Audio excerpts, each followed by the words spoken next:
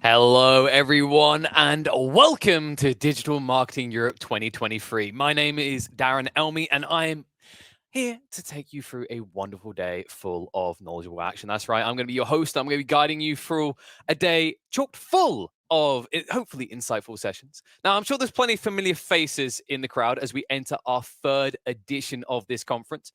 Hopefully there's some new faces involved in there as well, here ready to level up their skills and strategies around marketing. And I'm sure the returning viewers will join me in saying this is the place to be. Now, today we've got a schedule crammed full of knowledge waiting to be consumed. We have 19 unique sessions ahead of us, led by internationally recognized experts in their fields. I think it's fair to say there should be something for everyone to sink their teeth into. Of course, before we get into that, I have to give a special thanks to our knowledge partners who come bearing gifts. Packet Company will award them 25 most active conference attendees. And, well, how can you actually register your activity? You can, of course, rate the sessions, leave comments, and definitely use the Q&A sections at the end of these. That's how we're going to measure. And at the end of the day, we will be giving out ebooks to those who were most involved. Now, to round off, I would like to encourage everyone to be active, open-minded, and eager to create valuable memories today. Make sure you reach out, make sure you network. This is an amazing opportunity. You've got so many people from around the world who are definitely leaders in their fields at your fingertips, right? Type to them, talk to them, get involved with them. But I think it's time to kick off. And, well, the first day of Digital Marketing Europe 2023 is going to be opening up in an interesting way because we've got a hot topic. It's something on everyone's mind. I'm sure there's plenty of people right now that are rewatching all the old Terminators, shivering in their boots at the thought of Skynet taking over. So it is my pleasure to invite our keynote speaker, Bastian Grimm, who's going to be opening the day talking to us about why AI is eating the world. He is an amazing fellow. He's got over 20 years of experience in online marketing, and he is the CEO over at Peak Ace AG. But Bastian, I will bring you in now, and you can take us away. Thank you so much for the kind intro. Very much appreciated. So let's get the slides going. Let's see. Yeah, fantastic. There we are. That was much easier than expected for whatever reason. I don't see them anymore though. But I hope the guys bring them back, or I need to do it again. Let's see. Always Bastian, something in the morning. Yeah, I'm gonna reshare them. I think there was, for whatever reason, they disappeared. So let's see if that happens now. Yeah.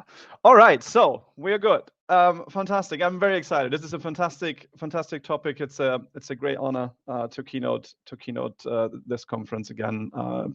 Very, very, very much looking forward to the rest of the day. But to kind of get things going, let's talk about, I would say, like the topic of the hour, or the topic of the month, or even the topic of, I don't know, the last couple of months. It's been busy in the worlds of AI, so to say. And yeah, there's tons of things going on, right? And there's like literally every day it feels like something new, which my favorite website these days became there is an AI for that.com, because literally I think this speaks for itself. There's just tons and tons and tons and tons of things going on. It's kind of almost impossible to to keep track. And a good friend of mine just the other day, and I felt this was very appropriate, sent me this meme, and I felt like, yeah, this is actually kind of how it feels right now. Faster things on Earth, right? The cheetah, the airplane, speed of light, and people becoming experts in AI did really made me chuckle. So I figured that would be very much appropriate to include for today. But I think, with AI, I mean, it's true for a lot of topics in general, but I think one thing, and we're going to talk about it later, but I already kind of want to mention it beforehand, is, what it brings as well is, a ton of misinformation, but also just the question, generally speaking, which information can you still trust, right? What are the trustful sources? Because, I mean, depending on how deep you got into kind of the lands of AI and the stuff that's currently going on, but for example, it has never been easier really to create, for example, audio or voice fakes, right? It's super super simple. There's a variety of tools out there. One of them is 11 Labs if you want to play play with it for yourself. You can basically dump in like almost any text. So for the sake of demonstration, I used voice samples from Barack Obama because they're freely available, and you can literally make him say what you want. And I mean, granted, it's not perfect yet, but it's close enough, right? And this is, again, this is a tool that's available to everyone, and it kind of literally takes you 10 to 15 minutes, and you predominantly spend the time on just researching clean audio samples. And well, that's kind of a bit scary if you think about that in a bit in a bit more detail, right? And I'm sure you're also, and these are actually not really new, but you probably came across one of those apps where you could, literally make any person sing a song that you want, right? This is something I think that was fairly prominent in a lot of the kind of social networks. And so basically the technique behind it is called latent space navigation, and the library is essentially like free for you to get from GitHub and play with it. And you know that's just the tip of the iceberg. It's much much worse than that, right? So my IT guys were not really happy with me. I can tell you that much. When I was prepping for the session and like doing research and putting slides together, and obviously it's much more than that, right? So you kind of you use the tools, you play with the things, you just want to kind of understand what they're capable of. And one of them that I came across, it's called Deep Face Lab, and it's kind of scary because what you can do with it is you can replace faces, you can replace an entire hat, you can change features, like you could de-age a certain face. And essentially this entire thing is basically a deep fake framework for face swapping. And again, it's high quality, it works really well, and it's free, right? So I was like, well, this kind of made me think twice on like the information that's currently out there. And you can even do this live, right? So they have also what's called Deep Face Live, where you can essentially swap. And yes, they claim, obviously persons that do not exist. These like similarities are real with real people, are accidental, but I mean, we all know where this comes from. So I think it just goes to demonstrate how powerful that really is. And I think there's a reason, and I have an ongoing bet with a friend that I think, for example, company called Deep Media, and they're kind of somewhat the rising star of deepfake detection. I still have like 6-7 months to go. My bet is that Google is gonna acquire them. But essentially, we're not gonna go into the details of the tech. But well, I was like, when I looked at this, I was like, well, the way they make money is, I mean, not only by detecting deepfakes, but in the first place, someone needs to create them, right? And they're doing both. So it's a bit of like this. It has a taste to it, if you ask me, right? So the session is going to be, a bit wild. There's going to be a ton of things I'm trying to cover, as much as I can, as broad as I can. So not only talking about, ChatGPT and GPT-4 and things like that, but just beyond that. But before we go there, I want to start out with a couple of basics, because even though, yes, this is a keynote, but I feel like this topic is so new and so broad that there's a lot of like basic knowledge, or let's say there's a lot of misunderstandings out there. So I'm just going to try and see if I can straighten some out real quick in the beginning, because also there's going to be a lot of like abbreviations, in the next, we still have a couple of minutes, 45-ish or so, that we'll be using, obviously. So I'm just going to make it easier for you to follow along, right? So AI, I think that's probably the most commonly known one. It's artificial intelligence, difference, and not a small one, to AGI, which is short for artificial general intelligence. And we're going to talk about that later. There's a significant difference, and AGI is actually something that is extremely exciting. Then obviously ML is machine learning. For those that don't know what machine learning is, essentially it's the use and development of computer systems that are able to learn and adapt without following, and that's the important part, explicit instructions, right? So by using algorithms, models, etc., but like, important part here is they can learn without following one or multiple explicit instructions. Then we have LLMs. We're going to talk about those quite a bit, obviously. Short for large language model. Essentially, it's a deep learning algorithm that can recognize, summarize, translate, and predict, as well as generate text. Again, the last part being the important one: generate text, right? So these large language models, they don't write anything. There's a lot of people out there that say, well, then I use, this LLM to write something. No, it's just like, it's not writing. They generate based on number of parameters that have been used in the training. And obviously that means on stuff that they have seen before, or technically that they have been trained on, right? This is very, very important to understand. And then there's NLP, natural language processing. Essentially, it enables computers to understand language or natural language as humans do, right? This is basically it. So it doesn't matter if it's spoken or written, etc., etc. It's essentially natural language processing to uses AI to take real world input and then do something with it. And the last bit to kind of set the scene is prompt, or a prompt, or multiple prompts, either way. If you don't know what a prompt is, essentially it's predominantly it's text right now. It can be also something else, but text that you provide in this input bar, similar to the search bar, right? And that's been used by the AI model to generate the output. So essentially, you could say it's a way to tell the AI what you want and also how you want it. And that's important because when we talk about prompting, one big difference is that, and I'm going to show that later, it can be and should be much more complex than what you have put into, let's say, the Google search bar, right? So you all knew this, I hope. If not, well, now you do. If yes, that's great, because we go much deeper. What did I bring for you for today? Obviously, we're going to talk a bit more about theory, because I think it's important to understand nuances and context. But I brought tons of tools because I want you to be able to walk away and say, well, there are some things in here that A, I've learned, but B, also I can use straight away. Speaking of straight away, I try to make it as actionable as I can. I asked our teams, we have like an AI task force within PKs that has been, doing a lot of projects, but also implementations, etc. So I asked them to kind of include some and provide me with some real world use cases, so you have something actionable to go with. And I think also, as keynotes go, right, we need to have a look into the future. So that's kind of exciting and scary, I think, at the same time. So, but a big part of the session today, I think, should revolve around, like, because that is what AI right now really is, for me at least.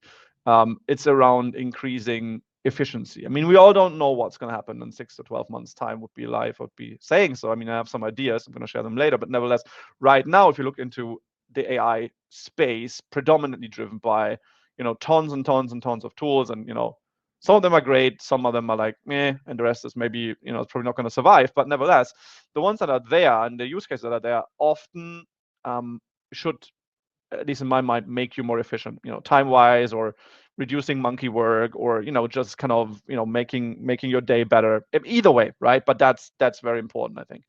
So some theory first, or a bit more at least, not that much, we kind of had some. But if you look at, and this is a timeline of kind of the recent changes, or basically releases of AI tooling, but also language models, and there's just a ton of things going on, right? And if you go a bit deeper into like the different models, I mean, they all battle around size and scale and features. But I think the most recent one that we kind of all got quite excited about is obviously GPT-4, right?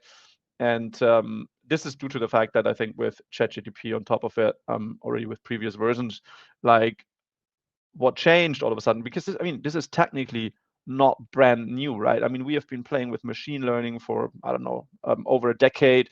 But I think that the one thing that really changed, that what OpenAI did really well with ChatGPT, and also with their play afterwards with Microsoft, is that all of a sudden it became accessible, and kind of people could play with it, and it felt kind of natural, despite all the mistakes and errors and stuff that we are currently seeing. So yeah, GPT-4 is here, or has been released just a couple of days ago. You can use it through ChatGPT. There's an API for it as well. You can, if you haven't played with it yet, this is how it looks like. There's in the backend, you can, if you have the plus plan, you can change it. 3.5 was previous, 4 is now the recent ones. The point why I'm bringing this up, not necessarily about GPT-4 as well, like specifically, but more because the question that one needs to ask themselves is like, why are like researchers and creators so obsessed with really using newer and bigger models every day. And if we take Google, for example, just to make this like really easy to understand, right? So there's two models that have been talked about quite a lot, right? One is called Mom, and the other one is called BERT. Those ones are like two models that Google kind of was quite vocal about as well. So if you look at just the basis, so for Mom, it was a web crawl, 220 terabytes, roughly 3 billion pages, right? BERT, on the other hand, previously had been trained predominantly on Wikipedia data. If you believe what Google knows about Wikipedia and like the site query, then it's roughly 56 million pages or articles. So of course, something like a Mom is obviously much more powerful because it has much more knowledge in the training data, right? So you could technically say it's just times X and therefore it needs to be smarter, right? I mean, even if you don't change anything else, if the training data is better and bigger, then that's easy. So a lot of the large data sets, they bring innovation kind of naturally into natural language processing. And there's many, many more and much bigger ones, right? There's Megatron from Microsoft, or Pathways from Google themselves, that newest one, 450 billion. And the biggest, to my knowledge, at least right now, is it's called Wudao, or Wudao 2.0, actually, from the Beijing Academy of AI, which has 1.5 trillion different parameters.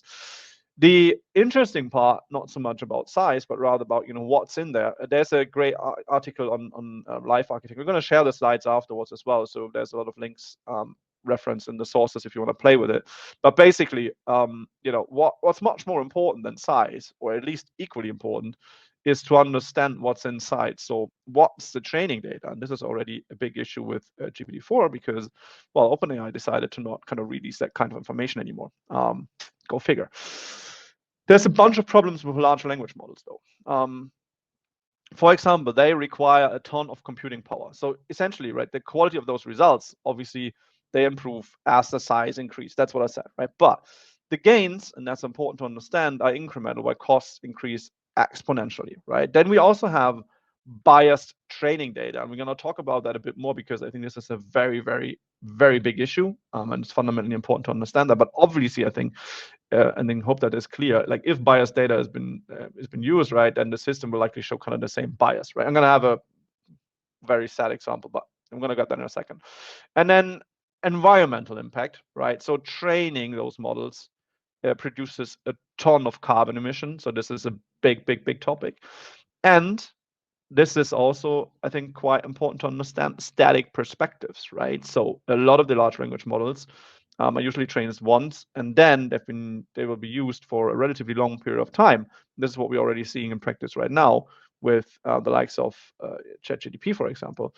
There is only data up until a certain point, so you can't use it for recent searches, or like, let's say recent like stuff, because it's not been included in the large language model, which is a big problem.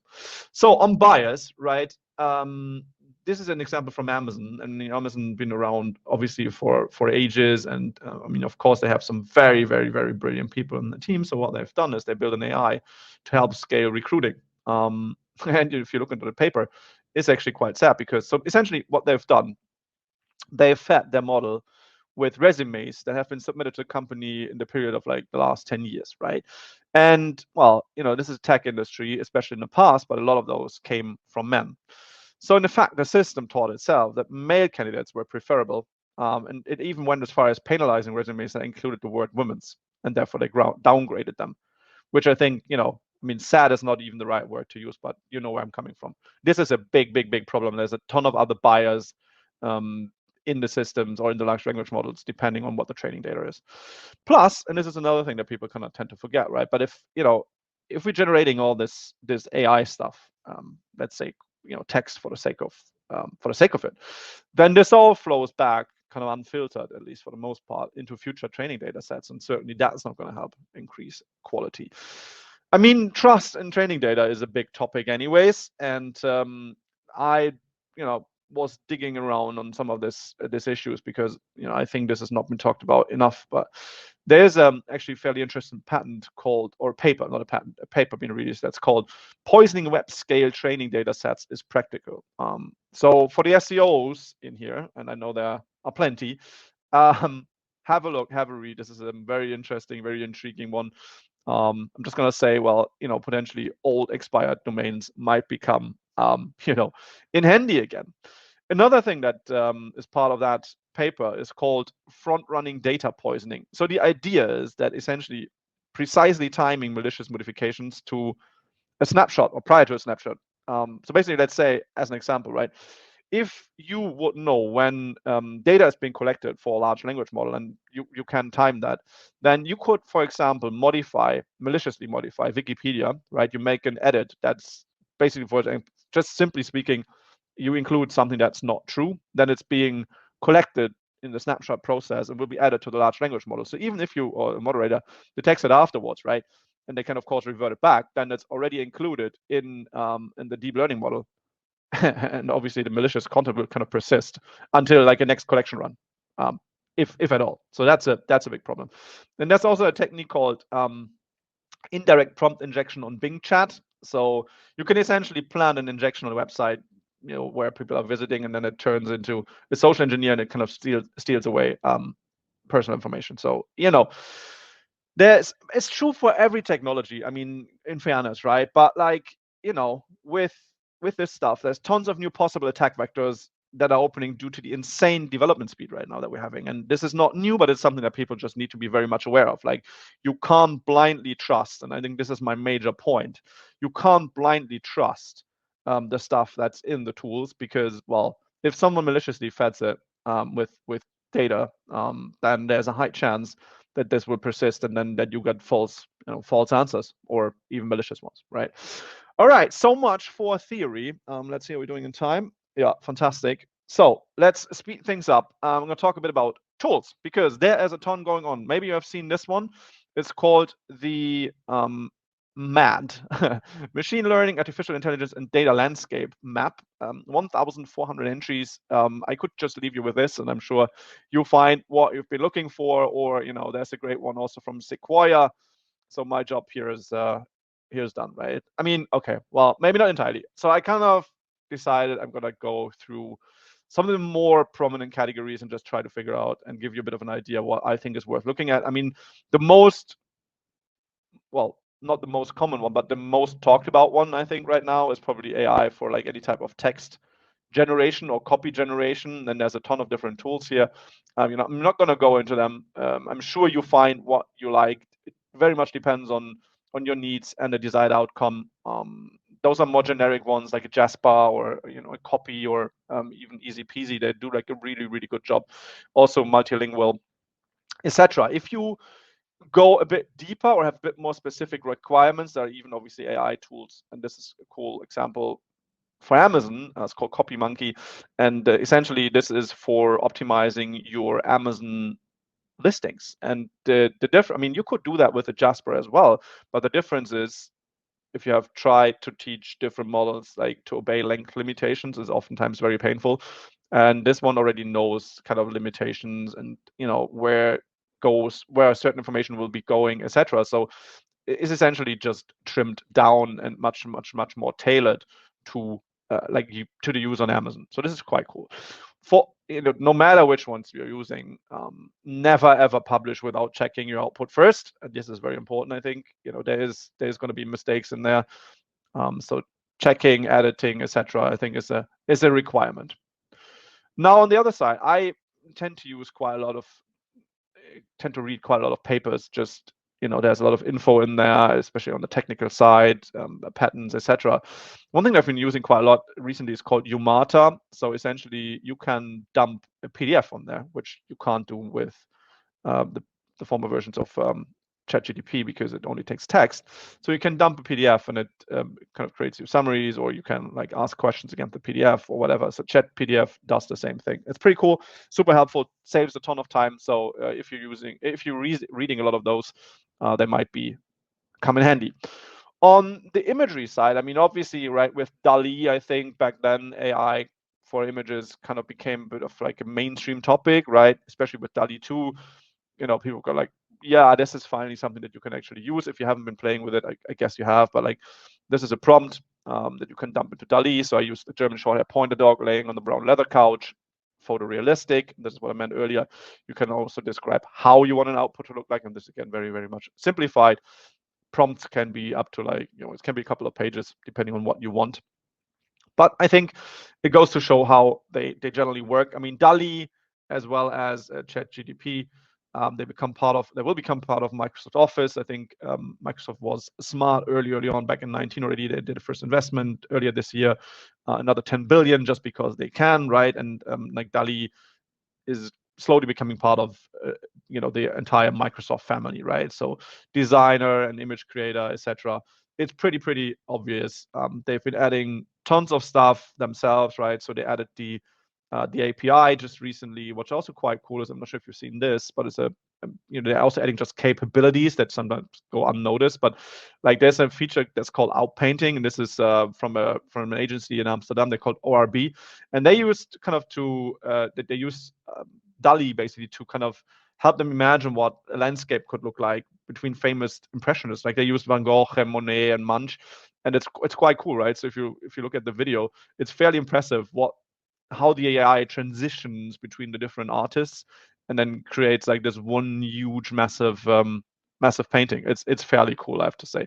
So video is linked in the deck if you want to kind of poke around. But there's, again, obviously plenty of challenges on the horizon with that as well, right? Especially if you can barely distinguish those photos from reality and they're used for disinformation, then that is a problem, right? I mean, DALL-E has done some like very simple protection mechanisms on the prompt side, but that's not really good enough. So I think we're going to have much more coming on that front as well. There's Dream Studio, right, with Stable Diffusion.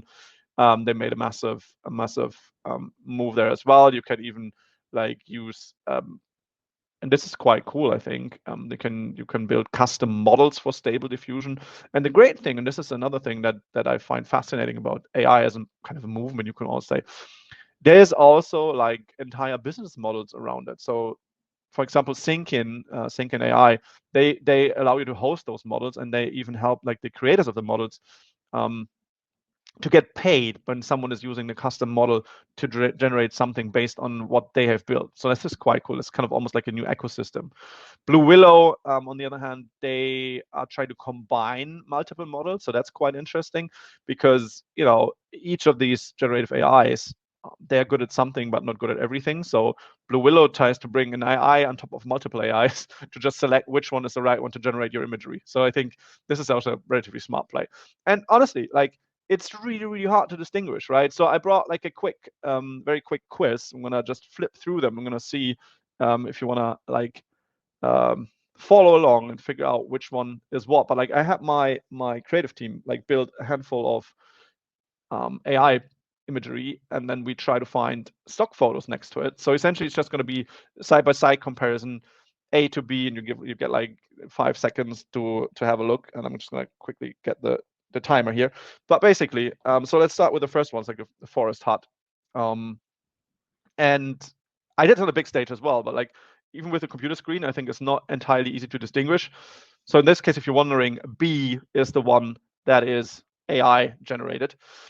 Moving on to the next one, some mountains. Again, one is AI and the other one is a stock photo. In this case, the AI one is on the left, so image A. Then we have, well, of course, you need to bring some puppies, right? I mean, we had one already, but like there's never enough puppies, right? In this case, number one is the AI one. Canoeing is B. And last one for the morning, because I haven't had breakfast yet. Got old bagel. Yeah, that's a bit easier because of the reflection on the left. It's A. And in fairness, we could have used another AI, obviously, AI for an AI to clean up, some of the obvious things that sometimes happen when you generate images from AI, but we just didn't do that. But yeah. And you would now say, well, how could you do that? And I think one big thing is prompting. Prompting is, and I already said that last year, and people looked at me when I did a keynote. I said, well, I think prompting at the time, I said, it's going to be the key skill for marketers next year. And they were like, what is he on about? So yeah, I think honestly, prompting is a key skill for generative AI. So if you formulate the best, most creative, most unique, but also most precise, I think this is very important, prompt, you will kind of get the best output there is. And there's actually already a marketplace. The one that I like to kind of point to is prompt based, where you can actually even trade prompts, right? So this is fairly fascinating. And then you could use something like Lexica, which is like a reverse search. So basically, the way it works is that you can search for images, and then once you found something that you like, you can use the prompt that has been used to create that image. And of course, there's Google, just for the sake of completeness. Google released what's called Imagine. If you look at the benchmarks, there's one that's called Coco. They're even actually outperforming DALL-E 2. Well, the interesting part, this is the only reason why I'm mentioning this here, because there's no practical use from Imagine right now. But like basically the interesting part that I found was that Google was, they kind of only exclusively trained this on text data and not based on imagery like a lot of the other models. So real world use cases, I promised, right? Let's do this. So Luminar is really cool if you want a photo editor, no matter where, Mac computer, on your phone, etc. That is AI powered. Luminar would be my recommendation. So if you're not happy with what you currently have, give it a try. There is Flare. Flare is pretty cool. Flare is basically AI generated product imagery. So drag and drop, you can dump it into different scenes. Literally any environment that you can think of. So therefore, you can create and scale product image ads and ad creations like crazy. It's really cool. We have done a couple of cases with it. It's fantastic. If you're more like on the hands-on side and you just like you have to clean up pictures yourself or whatever, this one really. I was like, I sent this to my creative team. I said, look, guys, like I just found this. I used it. It's great. What do I need you for?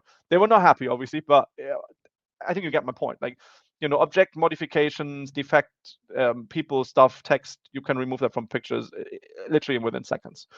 And then one example from my team here as well. Like, so what we had this issue where we needed a very, very high resolution imagery. I'm going to show you in a second why, but essentially we had a stock photo. We couldn't find it. So obviously you go like, you look for alternatives, you try to write the photographer, you use Photoshop, and then you kind of get a lot of frustration, right? So if you like something, then it's really hard to find proper alternatives. Like the photographer, in our case, didn't respond to requests. Adobe Photoshop up until recently was, well, let's just say not great. So we went with what's called Big JPEG. Big JPEG is essentially, again, an AI tool. So it's a super resolution, lossless image enlarging. And it's great. It costs a couple of bucks, and the reason why we did it in this case, like we recently did a rebrand, and we had this background photo that we all really liked, and it was only 2,200 pixel, but we needed it bigger because we also like were printing it on like a big booth backdrop, obviously. So yeah, we needed high resolution, and this is what you got from a simple tool in quotation marks, but with fantastic output. And there's tons of other ones as well. Stock image, AI, clip drop, and booth. You might want to have a look. I promised also to drop some scary stuff in between, so here goes. There is a thing that happened on the Japanese university. So essentially, they proposed a method on a diffusion model to reconstruct images from human brain activity obtained via functional magnetic resonance imaging. So essentially, and I'm not really sure I'm ready for this, but like they are trying to reconstruct visually with an AI model what's going on in our brains. Well, again, maybe it's a bit too early in the morning for this. AI for audio. Let's have a quick look as well. I'm sure some of you will do podcasts or video casts or something in the middle. One thing that I really like is called Beethoven. That really made me grin. But essentially, it's helping you to create like a royalty-free music, so no more hassle with soundtracks and whatnot.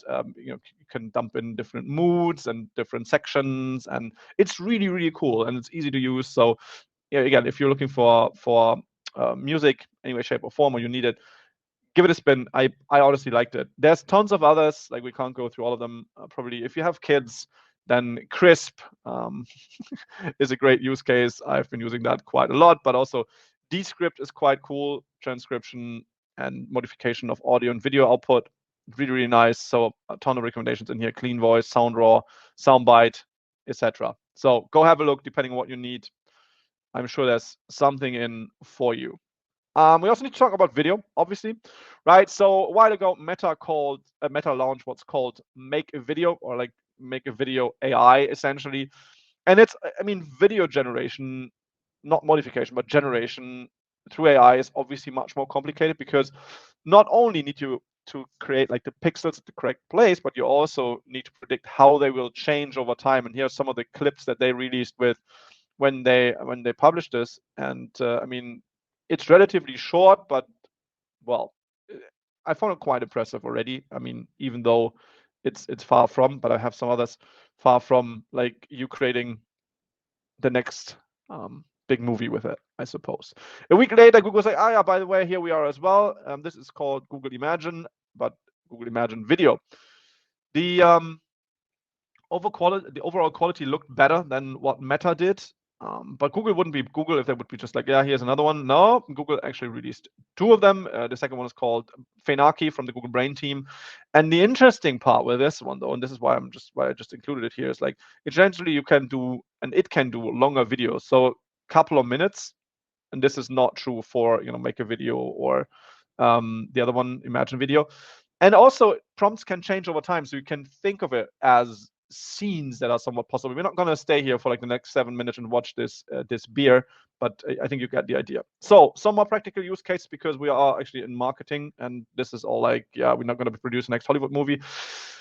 Synthesia, you might have seen this. They are fairly aggressive on advertising, and they're doing actually quite good job with it. Essentially, it's an AI video generation platform for training. So this is quite cool. You have avatars, and then you can dump in training material, voice or text, and then you can basically take it from there and have this being recorded, for example, as your internal training video. What I really like is Maverick. So essentially, the idea is to build highly personalized videos. There might be industries, think, for example, skincare or just health in general, where you would want to send your customers at any point in their journey, like a personalized video where you actually even address them by name. So essentially, in this case, you would record the video only once, but you can replace on the fly the name of the person in the video, and even obviously make, with the AI, change your appearance and like how lips are moving. If you recall, we had this very, very much in the beginning, so that it looks like that you have been actually now creating a video just for them, right? Pretty cool. Numbers are fairly exciting. There's also Papercup, which does video localization at scale. So essentially, it's a dubbing service, right, that automates video translation for you. We have seen some really good results for that. And then another one that I brought from our paid search team, or paid social team, is called Murph, or Murph AI. Essentially, we had a client that would like kind of to use a video in different regions, but they didn't have enough like local employees to voice the scripts, right? So Murph can do that for you. So essentially, it depends on the contract, but obviously you can do 20 languages, 120 voices. It's fairly cost effective. So what you do is just you have to transcribe the original script and localize it into the right language, obviously. Then on the voice that you want, you input the localized text and export it. And then, the new script, you just can kind of adjust the video, make it a bit faster, a bit slower, etc. And then you get essentially the same ones. I kind of don't have the sound in here, but like it's the German and the French version, and it works actually quite well. And there's a ton of other ones as well. Steve, Tavo's, Runway. Runway I find quite fascinating, by the way. They just recently released what's called Gen 2, and this is crazy. So they have a source video, and then you can upload any driving image with a style, and then you generate a video out of that. So that's why I said earlier, well, maybe not Google is doing the next Hollywood kind of thing, but this one might be getting closer to something like that that's being used at large scale production. But I think honestly, this can change video production, not now, but in the future. It's crazy, absolutely crazy. So productivity. I promised some productivity hacks. So here goes. I'm just going to need to quickly watch the time. Yeah, we're good. So if you have been interacting with me recently, high chance is that you got some stuff that came out of Compose. Compose AI is essentially a Chrome extension that makes you really fast, right? It sits cross browser. It's like an autocomplete on steroids, if you will, but it learns. So it's quite cool. It can be used in email. It can be used in Slack if you do it in the browser, etc. Really cool. So go have a look.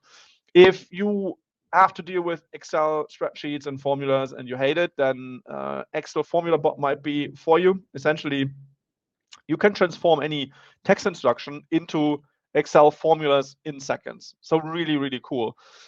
Basically, you like on the left, just to take this one example, like you just say average of column A, and then it builds you and this is easy, but it goes much deeper, including regex and stuff like that. And it actually works really well. So I think it's not entirely free. I can't recall the price point, but it's definitely money very well spent. There's another one called Formula Generator. So the developers in the in the session might appreciate this one, but I mean, you can do regex and SQL queries, etc. I wasn't sure if it was meant to be, but you can also build buffer overflows and SQL injections and stuff like that. Anyhow, Cogram is also quite cool. Automated meeting notes. Again, first and foremost, obviously I'm not a lawyer, so that's very important to say.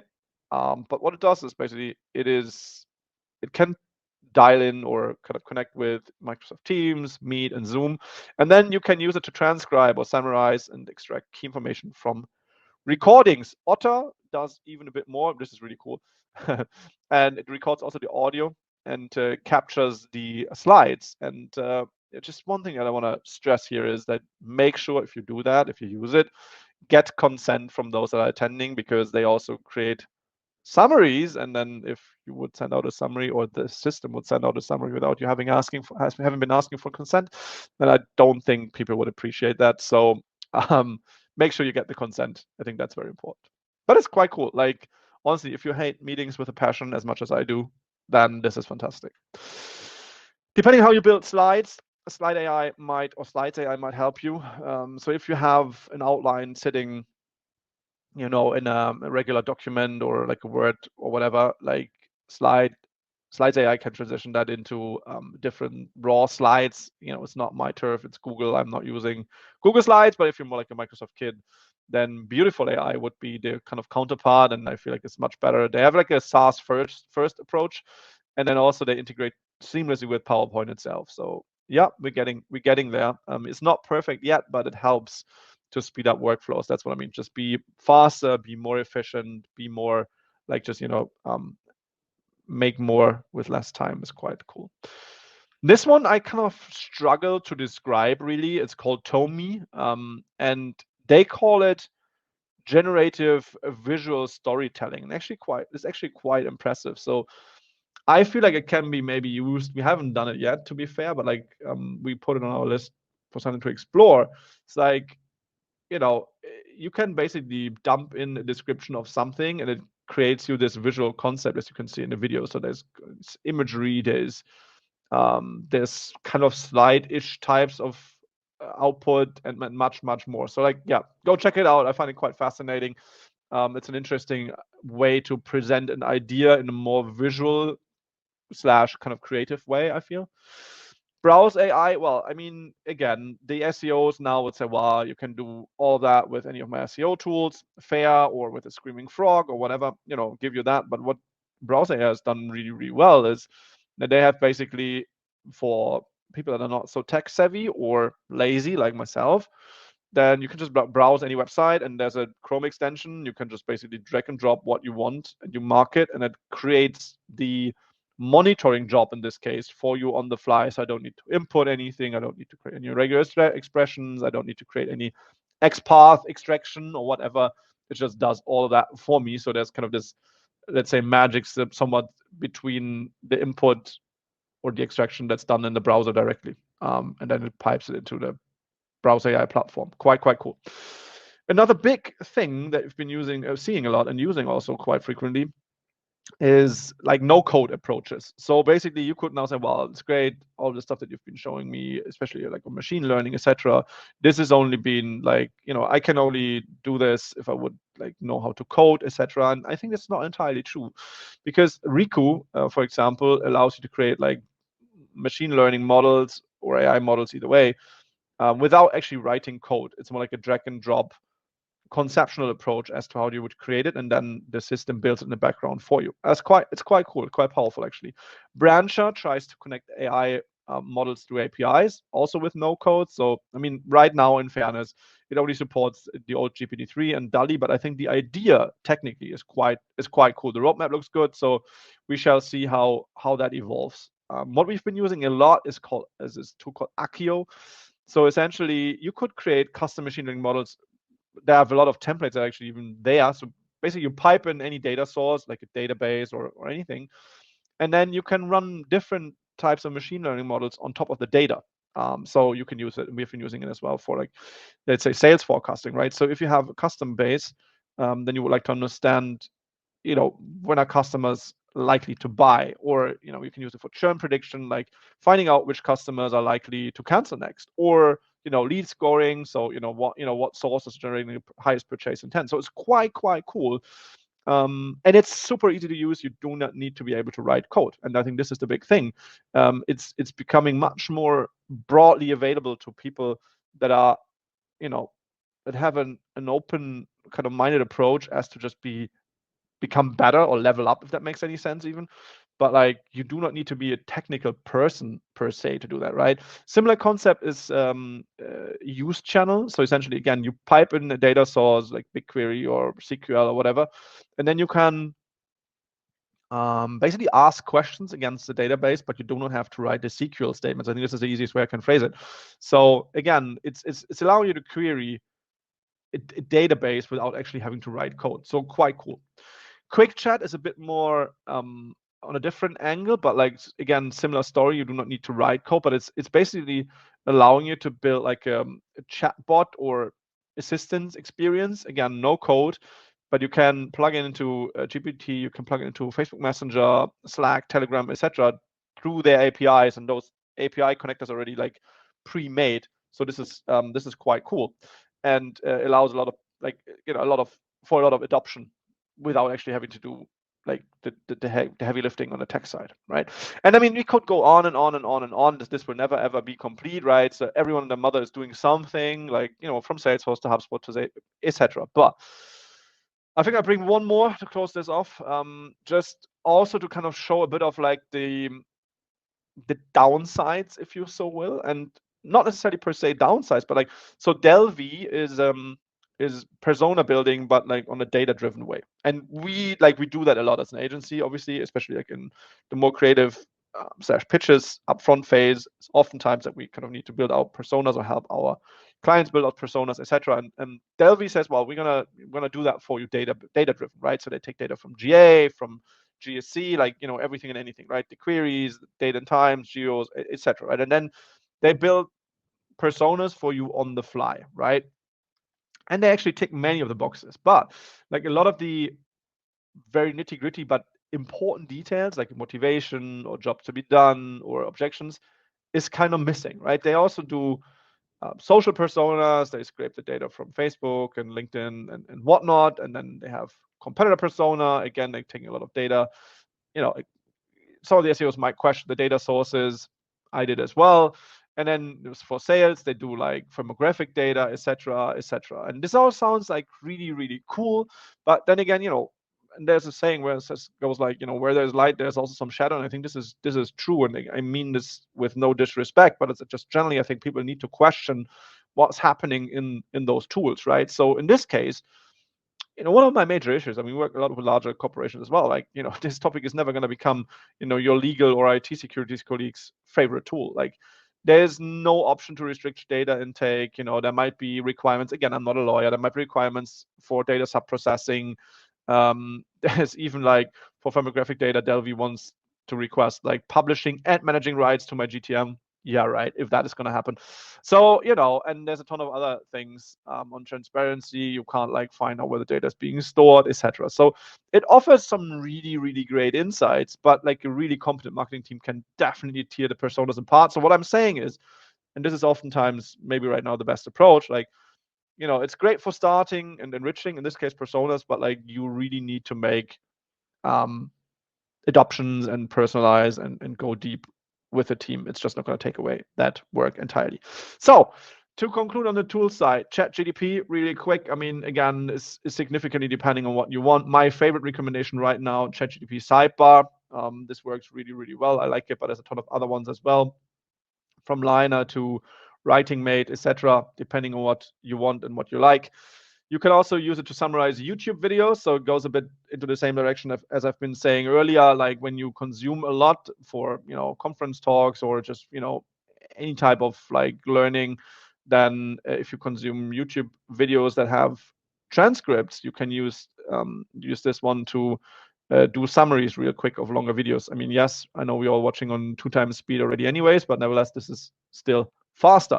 There's a ton of inspiration out there, so I'm not going to go in there, but like Aleda Solis, a good friend of mine, wrote a fantastic post on ChatGPT for SEO. There's others, WordLift, etc., that kind of give you ideas as to what you could do with it, from title tag generation to, rephrasing or curating FAQ lists or whatever. There's tons of possibilities if you want to speed this up, or especially just want to be better in your prompting game, then obviously AI PRM is something that you should have a look at. It comes with a ton of predefined prompts, um, not only for SEO, but beyond that. It's really cool. It's very helpful because it, again, makes you much, much, much faster. Speaking of bad memory, because I have, so this is why I'm using it. It just helps me to not having to kind of start out from scratch. I'm sure you have seen this entire debate and conversation around, and this first, I think, appeared on Reddit, like the alter ego of ChatGTP called Dan. So this was quite interesting. If you want to go deep, there's a read for you, which is linked here. I mean, we all know what happened after, right? When they were able to activate this alter ego, then Bing came along and said, well, no, we need to kind of restrict your session limit. They did that first and kind of limit the session hit to 5 turns, and then you would need to start a new one. As of yesterday, I just double checked real quick before. It's now up to 20. I mean, still, I'm not really happy about it. Some others are neither. It just kind of reduced the appeal of having a chatbot like conversation with a human like conversation, right? It's just like it doesn't really feel like that anymore when you have the limitations. And then last point on this, I mean, there were some of those stories where people say, well, they made like a huge fuss out of the fact that the generative AI in this case replied with, I want to be human. And then again, I mean, look at the training data, right? Again, this is, I think, the big explanation for it. Like, if you would understand what goes in, it's not really a surprise as to what comes out as a response, right? The big thing is that, especially, and this is a paper that has been published on the New York Times. They were citing that ChatGPT has or had impressive deep knowledge of extremist communities and could be prompted to produce polemics in the style of mass shooters, fake forum threads, multilingual extremist text, etc. So it is extremely powerful. Again, of course, this has been somewhat part of the training data, so not really a big surprise. I just want to stress this one more time, like, make sure that you know which information you can trust. So to finish this off, I think we have a couple of more minutes. Yeah, 5. So let's have a quick look into the future.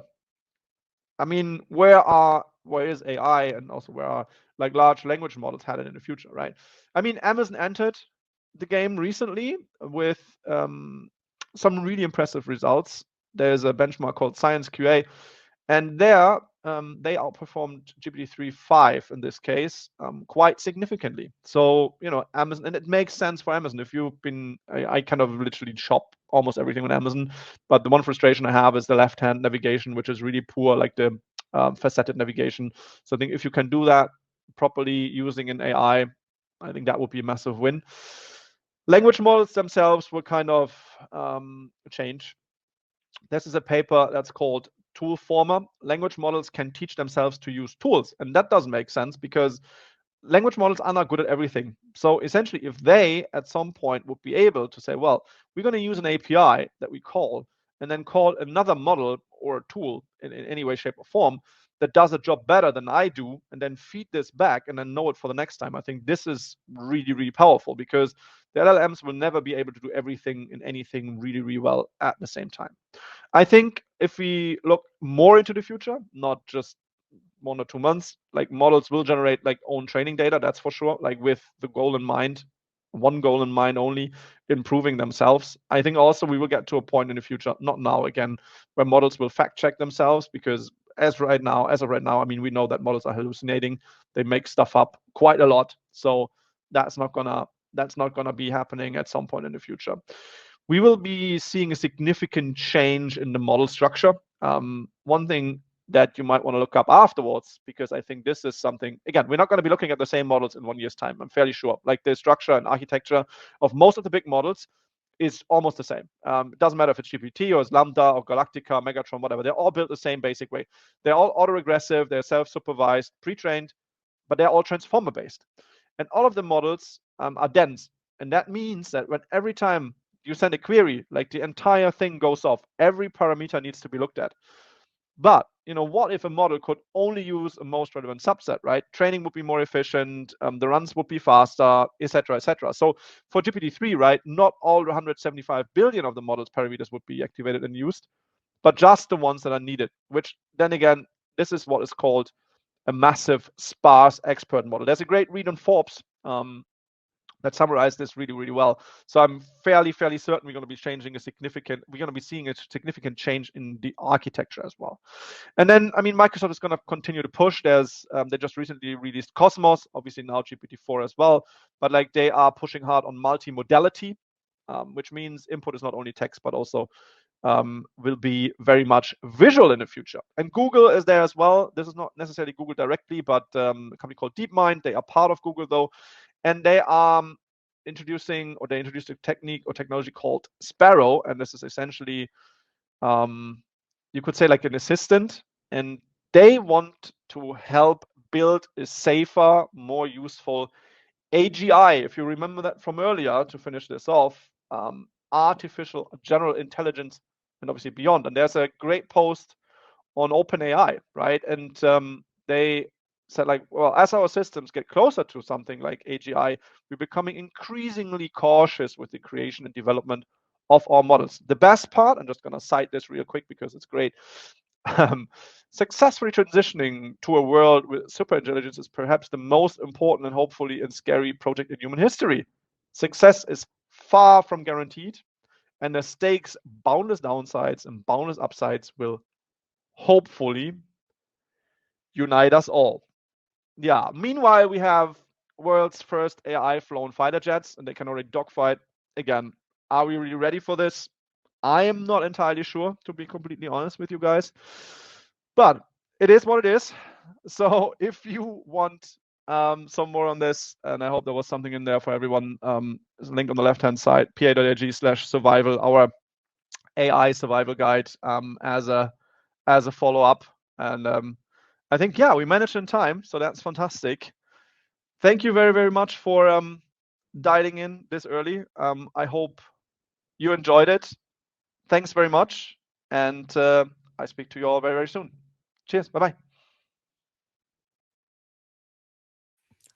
Okay, fantastic. Thank you, Bastian. That was very insightful. It was great to kind of peer into the dragon that's before us, I guess, in a lot of ways. People, there's a lot of fears around AI, and Yeah. obviously got the classic, oh, we're going to take our jobs, or oh, how can we use this? Oh, is it going to become sentient? If we really want to go down that conspiracy theory hole. But I guess like one big thing I noticed straight away, by the way, if you guys do have any questions to throw Sebastian's way, we have a Q&A section. Be sure to jot them down there quickly. I've already seen a few come in, and they do have the same pattern, and it seems to be around this idea of ownership, which is an interesting one, really, because I think it'd be fair to say that when you look at things like YouTube, Twitch, all these kind of live streaming environments, it's taken a very long time for a grip to be gotten around the idea of copyright, DMCA, and ownership of people's own image. So I guess to people's concerns there, when it comes to AI and how it's generating these images, where are the boundaries here? Who owns the rights to these content pieces that are being created? Yeah, I don't think there's a definite answer to this right now, right? I mean, there is a variety of, I think, legal cases, some prepared, some on the way, some probably are coming. So I think I'm really curious to see what's going to happen there, because I mean, there is one case that I'm aware of which revolves around I think GitHub, and there's a variety of generative AI on code generation, and some of those have been trained on source code that's available on GitHub, right? And obviously that means human interaction was there before, because someone actually had to create the source code that went up on the GitHub repository. So if you now take this for any tool that generates code and then you make money on top of it, I'm not really sure. Again, I'm not a lawyer, I don't know, but I'm curious to see how this turns out, and it goes into the same direction, right? I mean, if we talk about more on the text generative AI side, especially from an SEO standpoint, right? The big question also on detecting this type of stuff, etc., is like, it's not really solved yet. I mean, with the older models like a GPT-2, it was kind of easy because the training data was much smaller, so the prediction was much easier to solve the other way around as well. Now with the mega models, that's not going to be as easy. So yes, there might be some watermarking techniques that has been talked about. So if the big vendors would commit on something like this, that's the big if, and there will always be bad players in my take that won't. But like if there's a watermarking technique that's being implemented into like a long form article, then that could be read from any other tool to kind of understand this has been generative AI. Okay, fine, but like again, this is not going to solve like paragraphs. It's not going to be solving a whole bunch of other things. Like I think this is a lot of uncharted territory right now. And yeah, it's crazy exciting, but also kind of scary because no one has dealt with that before. Yeah, and it's like where do you actually kind of weigh in like who owns what percentage Yeah. of like was taken from where, right? Like, I mean, a perfect example is on YouTube. I create videos there. I done an hour plus long thing. I had 3 minutes of content that had a song in it. All of a sudden, any monetary rights go to the song owner, right? Yes. They take the extremes, but like if you, especially with the AI systems, what you're talking about is they're taking pieces of information from left, right, and center at all these different repositories. Yeah. It becomes very muddled. I think maybe that is a big part of why a lot of these services seem to kind of lean more towards a free model right now, right? Because if they monetize, I would they become imagine liable. because that's definitely going to be a big, like whenever you start making money on top of it, then that's going to be a huge problem. And I'm kind of curious to see what also happens on the Bing Microsoft side, because same story, right? With the integration into search, or I mean, right now it runs a bit somewhat parallel, but nevertheless, there's not much ads going on right now. And I mean, you could now argue, well, it's just also because there's a different, user behavior and different experience, and this is all fair. But I think Microsoft has to think fairly well as when and how aggressively they will be starting to monetize that, because at some point someone might say, well, look, you're making money on top of the content that's part of the of that machinery that I fed at some point, because originally it's because that's all it takes, right? It takes someone to prove that it has been exclusively created, and then it has been taken into one of the LLMs, and then one of those sits on top of it, and then you have a very, very interesting dynamic, let's put it that way. So I'm really curious. Yeah, especially when you consider like what's the classic saying? It's like if you don't pay for the product, you are the product. And if a lot of these are free, like exactly. in what way can we become the product right now, right? Because it's like they're taking ideas, but it takes a lot more than that. I just saw a question come through in regards to the roles of marketers and how AI could change that. I think that's an interesting one to think about, right? Because the interesting part is that when you think about those type of jobs, like what market does or what someone who's like working on the social media side does, these type of jobs, it feels like you have to understand the human. But I guess a scary element is a lot of these areas are now pushed by metrics, right? So an AI can in theory learn from those metrics and replicate what would previously be seen as an only human job.